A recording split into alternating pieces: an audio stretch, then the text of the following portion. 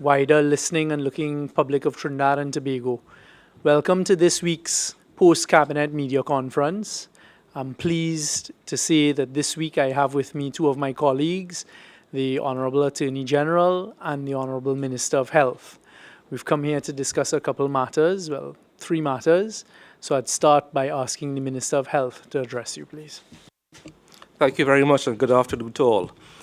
I would like to inform the national community that at the Cabinet meeting today, two major decisions were taken.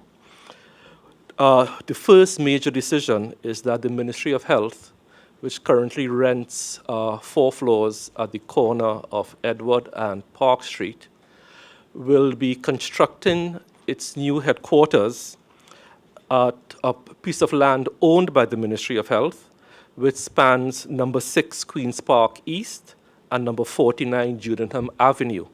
So it's an L-pieced shape of land where the MRFTT currently is. MRFTT stays there. We'll be constructing a new headquarters on the LP shape of land between Judenham Avenue and Queen's Park East. And one of the reasons why we are doing this is that we were given notice to quit our current premises. The decision to build our headquarters for the Ministry of Health has been in abeyance since June 2002. So I am very grateful to the Cabinet today that we are going to take this decision after 2002 to now. The headquarters will be done via a bolt arrangement, starting first with design, build, own, lease, transfer. What that arrangement will do, several things. It will help mop up a lot of liquidity in the market. As you know, there's a lot of cash parked up in the banks. Money which is parked up and does not do anything is pretty useless. And will also be a fillip to the construction industry. So that is good news for the banking sector, for private investors. We urge private investors to make use of this facility where you'll be invited to use your money, your funds, and hopefully it will also stimulate the construction industry. The second major announcement concerns the Port of Spain Central Block. And for this, I really want to thank the Prime Minister, Dr. Keith Rowley, in supporting the Ministry of Health in the furtherance of the health agenda. Cabinet took 2 decisions today. One, that the central block, a new central block will be built, which will contain 540 beds. The current central block at Port of Spain has 400 beds. So we are adding 140 new beds. That will be done in 2 phases. A site has already been identified. So let me explain the site. For those of you familiar with the layout of Port of Spain General Hospital, just to the south of the existing accident and emergency, there are a series of old colonial type buildings housing central stores, engineering, and biomedical. In the first phase of that project, we'll be constructing alternate, more modern facilities. And then once that is finished, we'll start to demolish those old buildings. Whilst that is going on, we are going out for a bold position, design, build, own, lease, and transfer for a new central block to house 540 beds. So whilst the construction of the new facilities to hold central stores, engineering, and biomedical is being done, while the site is being cleared, concurrently, we go out for open tender via UDCOT for build, own, lease, and transfer. Again, just like the head office, this will help us utilize parked money, make it more productive. It's a wonderful opportunity for the private sector to get involved, and we will have a new central block done as soon as we can. Those are the two major announcements that we have today coming out of Cabinet. Thank you very much, Minister Diyal Singh. The government will be utilizing these bolt arrangements. They help with our debt to equity ratios and financing, and we encourage those in the private sector to look very carefully when these RFPs come out, and we expect the fullest of participation. Now ask the Honorable Attorney General to address us. Thank you, ladies and gentlemen, and good afternoon to Trinidad and Tobago. I just wish to carry a confirmation and continuation of yesterday's position as we brought to the forefront the issue of anti-gang legislation. The Cabinet certainly is now in a position to say that we will be moving to lay an anti-gang bill tomorrow in the Parliament. We expect to lay that bill and have it debated during the course of next week. The purpose of this anti-gang legislation is really purposeful on the back of statistical information and work carried out by the intelligence agencies in Trinidad and Tobago, and in particular at the behest of the Trinidad and Tobago Police Service. The Trinidad and Tobago Police Service has been very specific that its information, its intelligence demonstrates that there is a need for an anti-gang law in this country. We have moved Trinidad and Tobago from a very different position in the period 2011 to 2015, when we had anti-gang legislation, but we did not have the benefit of intelligence agencies working with the Trinidad and Tobago Police Service in the manner that we have now. And in those circumstances, the old law didn't really bring much by way of product. The number of arrests moving to prosecution and conviction were not demonstrative of any serious work by an anti-gang unit. The position is materially different on this occasion. As you know, yesterday we have literally detailed for Trinidad and Tobago the number of gangs in our country, the distribution across the 9 divisions of the Trinidad and Tobago Police Service, the granular position of the several thousand persons that are associated with gang activity. And Trinidad and Tobago has also seen the creation of a new unit at the Trinidad and Tobago Police Service, which is backed by a proclaimed and operational SSA agency gathering intelligence. In all of these circumstances, the country is now properly ready for evidence-driven detection and prosecution of gang activity. Put into a very real context, we cannot allow a situation such as has prevailed in Enterprise or in the Beetham most recently to rear its head in Trinidad and Tobago. We cannot continue to allow the circulation of videos across social media platforms where identifiable Trinidad and Tobago personnel, people, are involved in what appears to be gang activity or gang recruitment. The broad spectrum of the anti-gang law can capture this kind of behavior. The associative links and membership are caught by the anti-gang legislation, and the only thing that stands between an anti-gang law existing or not existing is the vote of the opposition. To ease the passage of the law, we propose to return to the Parliament to deal only with the anti-gang law. We will separate out the bail aspects of it. We propose further that this law will be the core rock law that was agreed to by the Joint Select Committee under the government of Mrs. Prasad Bisesa, and which stood as the law in Trinidad and Tobago for a full 5-year period until it expired in August 2016. We propose that that law return to the books of Trinidad and Tobago to be layered upon this new intelligence-driven atmosphere and operational structures in the Trinidad and Tobago Police Service. And we have been urged by the law enforcement authorities themselves to do this. So we are very much welcoming the public advocacy behind this particular point. It is an effort to curb criminal activity in this country. It is an effort to restore law and order, peace and good governance. and we also call upon the opposition to advance the law which it, as a government, passed into the laws of Trinidad and Tobago.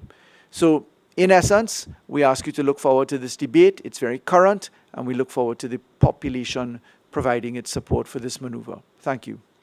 Thank you very much. Members of the media, wider viewing public of Trinidad and Tobago, one of the issues that has been occupying a lot of national discussion within recent times is the issue of the inter-island sea service between Trinidad and Tobago. This administration has always taken very, very seriously that inter-island connectivity and has placed a lot of emphasis on it and has been doing its utmost best to ensure minimum disruption between Trinidad and Tobago via the seas. You all would recall that we've been having a lot of discussion with respect to it within recent times. I'd like to start by just setting out very clearly that there are two types of sea service between Trinidad and Tobago. There is the cargo service and there's the ferry service. As you all would recall, the cargo service came into some level of disruption earlier this year with the departure of the Galicia. That was very quickly, but with some level of disruption, dealt with by the Cabinet through the Ministry of Works and Transport and the Port Authority, and we got the Cabo Star in less than ideal circumstances, and in circumstances that are now attracting the attention of the Port Authority of Trinidad and Tobago, and in particular the Ministry of the Attorney General and Legal Affairs has done a level of looking at the procurement associated with that. There was also the Christian Mute report that looked at it as well. So the cargo service at this time, whilst there are some suggestions that it may not be 100% perfect, it is working seamlessly between Trinidad and Tobago, and that service has been sorted out. What you all would recall with respect to the ferry service is we had two ferries, the Express and the Spirit, carrying passengers between Trinidad and Tobago. As a result of the departure of Bay Ferries and way overdue servicing and dry docking, the Spirit was recently sent for dry docking facilities, leaving just the Express to deal with the ferry service between Trinidad and Tobago. The Cabinet, through the Ministry of Works and Transport, had mandated that there be some open competitive tenders. Prior to that, there was a selective tender process that went underway. What we have discovered that since the previous administration to do with the cargo side, there were a number of attempts at tenders that had failed. Two had failed under the previous administration, and then under this administration, there were a couple failed tender services, but we now have the Cabo Star. With respect to the ferry service and the use of the Express and Spirit, those vessels were working fine. But then when the departure of Bay Ferries, some of the maintenance came into question. As I said, the Spirit has been dry docked. Noticing and seeing this taking place, the Cabinet then mandated that we go out and locate via a tender process a ferry to supplement the Express, the Spirit, and when the Spirit would come back out, the Express would go for dry docking. So we said, let's take in front and get a ferry to supplement that. As you all are aware, within recent times, under the Port of Trinidad and Tobago, they went out for a tender. There were 5 tenderers who put in a number of vessels. I think the number of vessels equated to 12 vessels for this ferry service. An evaluation then took place with qualified evaluators as part of the evaluation process. They came back with a report and made certain recommendations. Unfortunately, it has turned out that once again, the tender process has failed to provide a ferry service or a ferry to provide this ferry service between Trinidad and Tobago. So this is now the 6th time it appears that the process that was being utilized, that is a tender process being managed by the Port Authority with the Ministry of Works and Transport, has failed to produce for the persons of Trinidad, the citizens of Trinidad and Tobago and the users of the inter-island sea service, a ferry. Immediately upon the cabinet becoming aware of this, the Honorable Prime Minister took charge of the situation. This has only taken place within the last week. He mandated that a very small sub-cabinet committee set about to take charge and to find a ferry in the shortest possible time to supplement. Right now, the Express is working. All resources are being placed on getting the Spirit back out. We expect the Spirit back out in the first quarter, sometime in the first quarter of 2018. We are putting all our resources on the Express, and we are also putting other contingency plans in place. But seeing the potential, this tender process having failed, and the Port Authority coming to the conclusion that it had failed, the Prime Minister mandated a small cabinet subcommittee of Minister Imbut, Minister Shamfa Cudjoe, Minister Robert Lahunt, and myself to find a ferry to ensure that the service continues unabated between Trinidad and Tobago, especially in light of the season that we're setting into now, which is the Christmas season, and then thereafter the Carnival season. This committee has been working at pace, and we have entered into the international arena, and we are having a number of discussions in the international shipping arena that we expect to bear fruit, and we will come back to the population of Trinidad and Tobago within the next couple of weeks with the solution that we've found. At this time, it's premature, and we don't want to announce anything, but the committee has been working, and it has been working with international shipping brokers. The committee has also written to the ambassador of Canada, the ambassador of Australia, the ambassador of Japan, and the consul of Italy, asking for their assistance with their respective countries, providing them with the specs that Cabinet had agreed for a ferry service. At this stage, there is nothing to be alarmed with. We've always come out and in the most transparent and accountable manners told the population of Trinidad and Tobago what is going on. We are disappointed, obviously, that once again a tender process has failed to provide a ferry for the service between Trinidad and Tobago. But we expect to be able to come back to the population, this small cabinet committee, to come back to the population after taking our findings and our solutions to cabinet within the next couple of weeks, and to make an announcement to Trinidad and Tobago that having removed it from the Port Authority, which unfortunately appears to have been hamstrung, and as you all would have heard from the Christian Mute report and things that took place thereafter, finding evidence of certain untoward behavior at the management level, and I dare say corruption, because I have received the forensic report that I had mandated be done out of the Office of the Attorney General and Legal Affairs, and I have now sent a copy of that to the Port Authority for them to take the necessary action with our initial findings, or with our findings, I should say, which resulted out of the forensics. So unfortunately, it appears, and we have the evidence, I mean, there have been 6 attempts by the Port Authority at a tender process to find a cargo vessel and a ferry.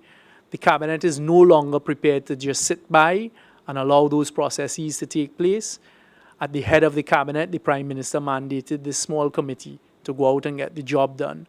And I can assure the citizens of Trinidad and Tobago, we shall get the job done, and we will be coming back before you in the next couple of weeks with the solutions that we have found. That's what we have to say at this stage with respect to the inter-island service.